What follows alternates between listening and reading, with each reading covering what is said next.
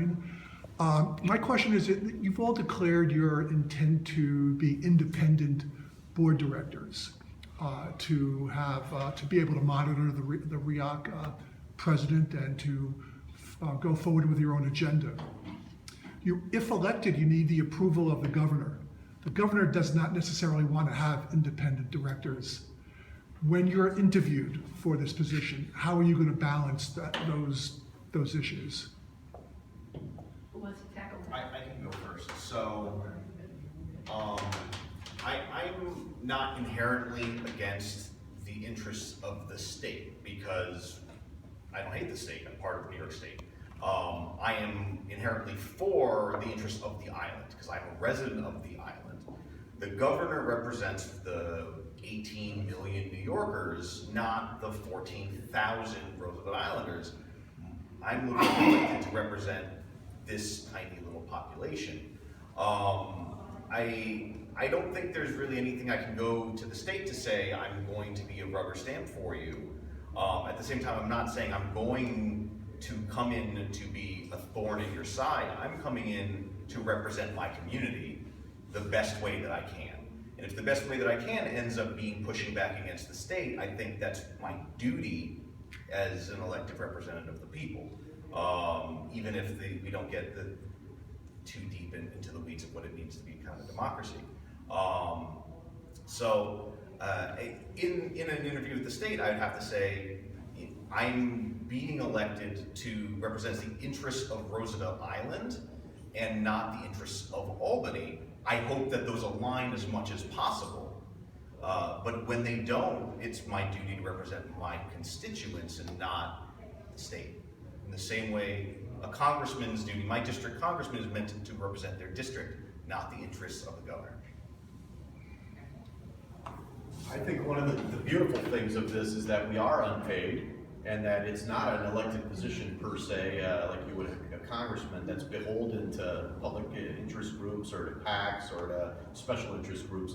So we have the ability to come together in a unified voice, and we have the ability to treat our constituency, our fellow island residents, with respect, integrity, compassion, and ethics. And with that comes that honest voice to be the ground truth for the governor, independent of what that message is a good one or a bad one. We have to be that honest voice that holds them accountable. And that may not be a popular thing, the governor may not like it, and well, if he doesn't appoint me, wonderful, but that's the way I am, and I think that's the way we should all be.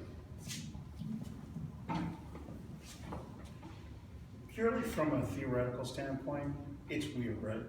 Because we're not elected, it's appointed, it's not a democracy, it's not a republic, it's something weird. That being said, I'm going to apply for the position. I'm going to do the interview. I hope to get appointed, but getting appointed is not the goal of my life. The goal of here is to represent the community. So I also don't think government is necessarily bad, or that the governor's interests are not aligned with our own, but he has other interests involved. I want the position, I'll go for the position. I'm not going to burn anything down. I think we've all shown an interest in being part of the community. We're all, fairly smart and fairly successful in our own ways. And if appointed, knock on wood, I'll represent the interests of the community. But at the end of the day, we can only do what we can do, but I'm not going to kiss whatever I need to do, someone's derriere, in order to get the position, because that would undermine my effectiveness for the position. I also believe that we have the fiduciary responsibility to make sure that the organization gets run as efficiently and as appropriately as possible, as we know that there are so many different processes that aren't being effectively run. We need to find out what they are, because they won't be necessarily obvious to us, but we have to do our due diligence and find out what's going on and figure out how to fix them. And I think that would be good for the community I'll ask for the state. The state might not agree with me, but I have my personal integrity and the integrity of an organization to look out after, so that would be my stance. Linda, does anybody else have a question? Because I think we're getting late. Yeah, I just want to ask, thank you, Jim.